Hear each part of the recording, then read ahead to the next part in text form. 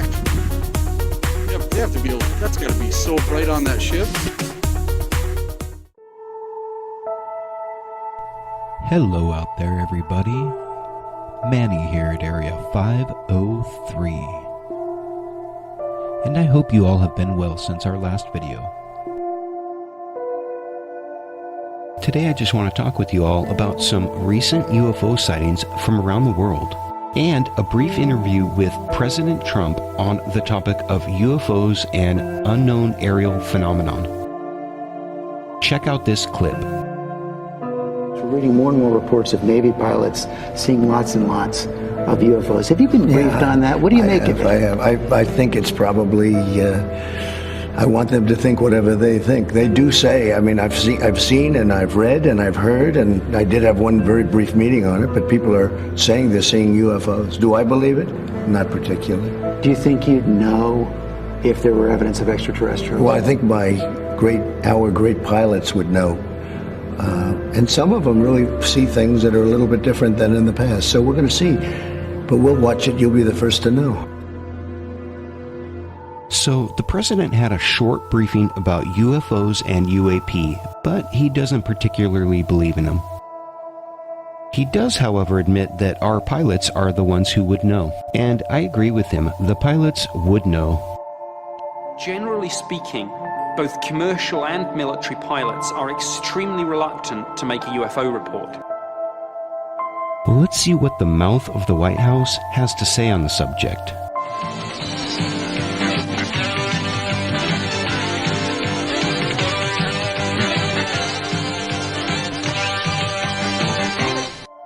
No, not that mouth.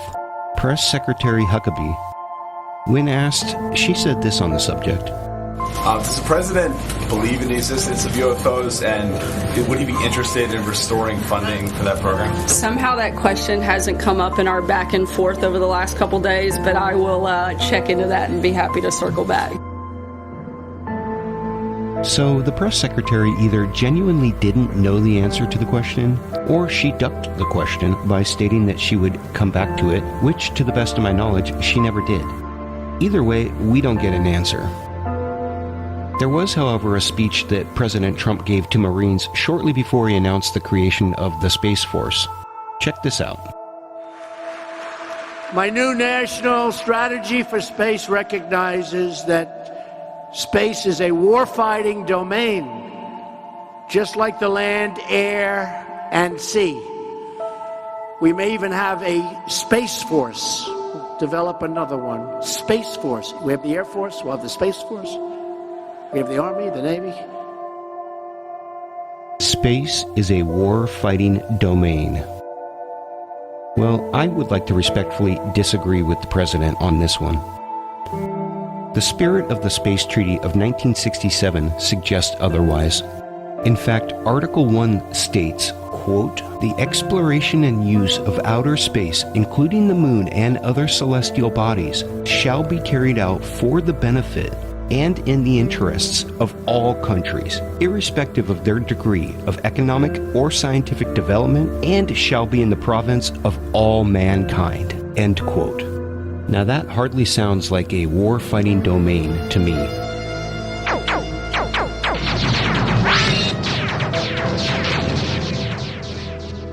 Unless you're talking about UFOs and aliens.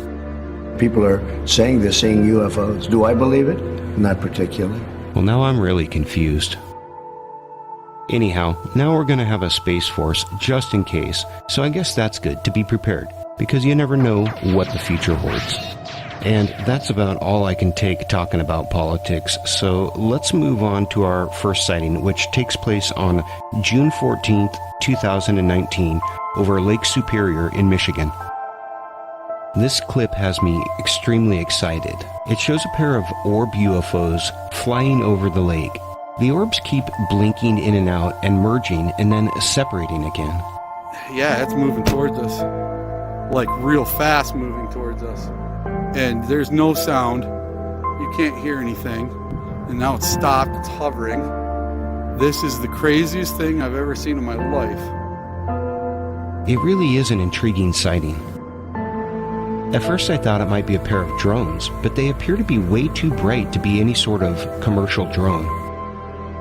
And they sure are behaving strangely. Here, you can get a real good shot of these things as they move over this boat. It's like hovering above the deck. Yeah, but they have to be able, that's got to be so bright on that ship. They've got to see that. Yeah, somebody's got to be able to see that on that ship. They pass slowly over the length of the boat, and then they move away, almost as if they were inspecting the vessel. Maybe it's just a flare, I don't know. No flares sit like that, and it's weird. Yeah.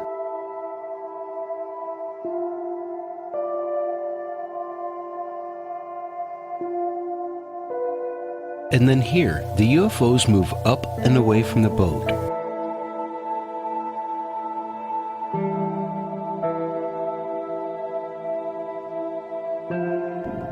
And it pulses, like it gets brighter and then dimmer, and now it's getting dimmer and dimmer.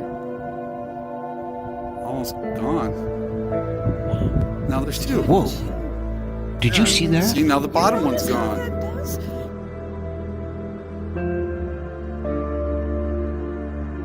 The one UFO phased out, and then the other UFO phased in. It's almost as if these things are working as a team. I don't know. What do you all think? This thing is just damned peculiar, and I really don't know what to make of it. So I think I'm just going to file this one away under unknown and move on for now.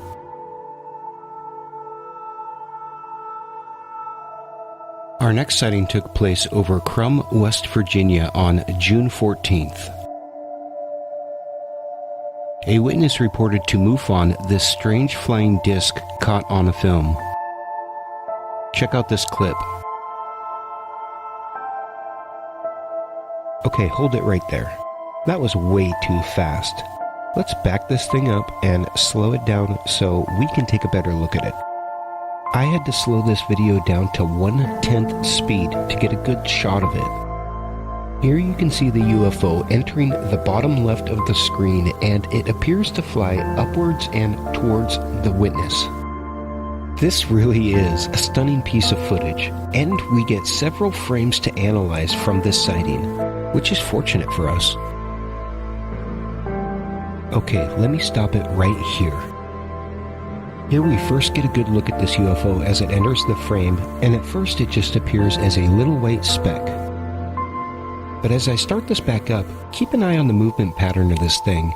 It almost appears as if it's traveling in a horizontal direction at first, but then it changes direction and it moves upwards and towards the witness. That's so peculiar. So here we have a fast-moving UFO that changes direction. To me, that suggests some kind of intelligence is operating it. What a find! But what is this thing? Let's see if any of the still frames have a better shot of it. Holy crap! I have to tell you, the second I stopped this frame, my heart skipped a beat. Look at that thing! What a pristine example of an orb UFO caught in the daylight. Take a look at the definition and the shadowing on that UFO.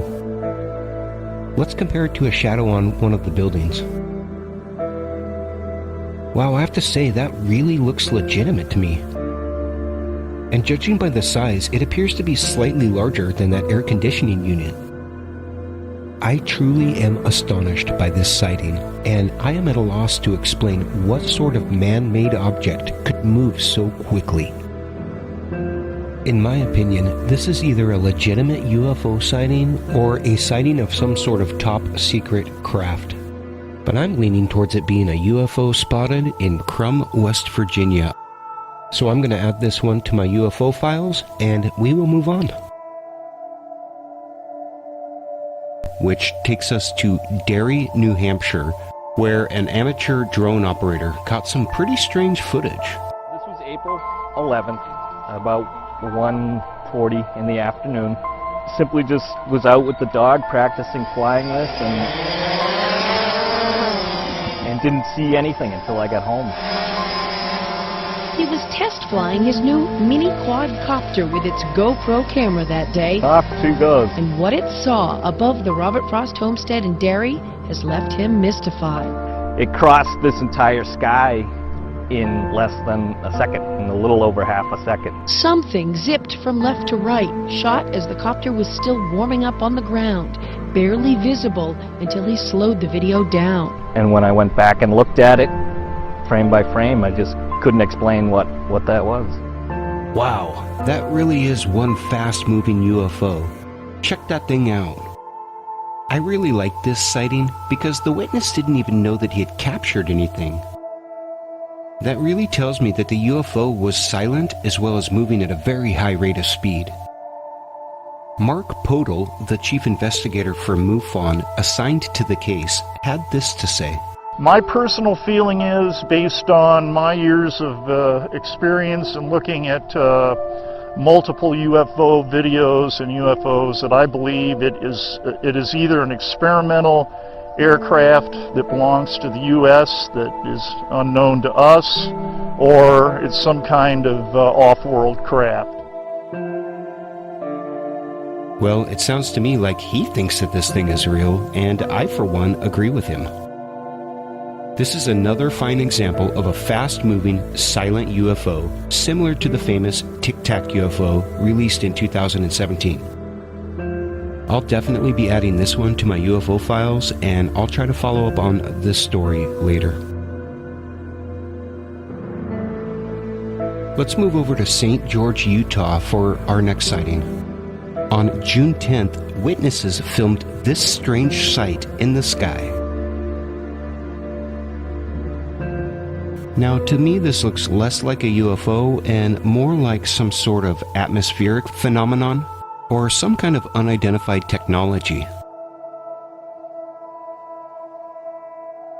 To me, this looks like it might be some kind of ground-based laser shooting up through the atmosphere, creating a prism effect.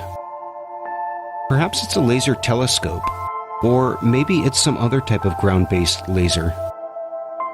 I know that ground-based lasers are being tested to power satellites, so that's a possibility. Maybe it's a test of one of those systems.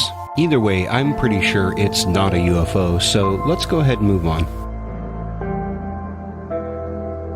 This brings us to our final sighting over the skies of France, where another energy or orb type of UFO was spotted. Check it out. The witness described this UFO as being brighter than the moon, which is very intriguing. But I really wanted to show this sighting to you because it reminded me instantly of a sighting here in the Northwest in November of last year. I covered that sighting in episode 11, so if you didn't get a chance to watch that one, go ahead and give it a try. Well guys, for now, that's all I've got on UFOs and unexplained sightings from around the world. Remember to keep your eyes to the sky and those cameras ready, because you never know what you might see. As always, this has been Manny at Area 503, and I wish you all the best until we meet again. And I am out of here to continue my search for universal truth.